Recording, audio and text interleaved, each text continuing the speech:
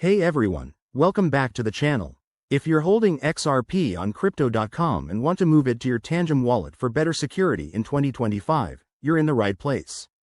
This quick guide will walk you through the process step by step, so you can do it safely and efficiently.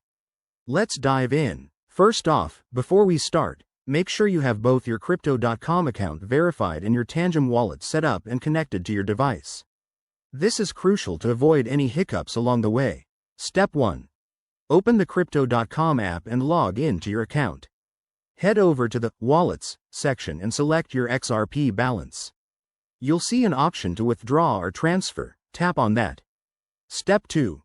You'll be asked for the destination address. Now, switch to your Tangem Wallet app. Go to the Receive or Deposit section, select XRP, and copy the wallet address displayed. Double-check that it's for XRP to prevent any errors. Step 3. Paste the Tangem wallet address into the withdrawal form on Crypto.com. Enter the amount of XRP you want to transfer. Remember to leave some for network fees if needed. Step 4. Review all the details carefully. This includes the amount, address, and any transaction fees. Once you're confident, hit the Confirm button. The transfer might take a few minutes to a couple of hours, depending on network congestion.